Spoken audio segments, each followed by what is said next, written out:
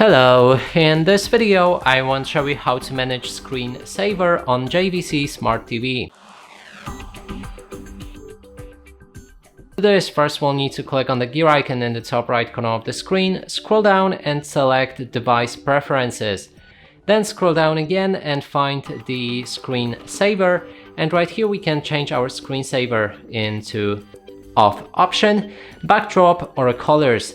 There's also a thing to set it when should it start, and we can switch between after 5 minutes, 15 minutes, 13 minutes, 1 hour, 2 hours or never.